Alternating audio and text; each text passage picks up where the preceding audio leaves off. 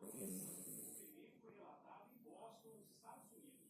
A Covid-19 ainda é relativamente desconhecida. Os médicos alertam que, mesmo sendo rara uma segunda infecção, todos devem manter os cuidados sanitários, distanciamento, uso de máscara e higiene das mãos. O Japão levou hoje o primeiro ataque nuclear da história há 75 anos na cidade de Hiroshima.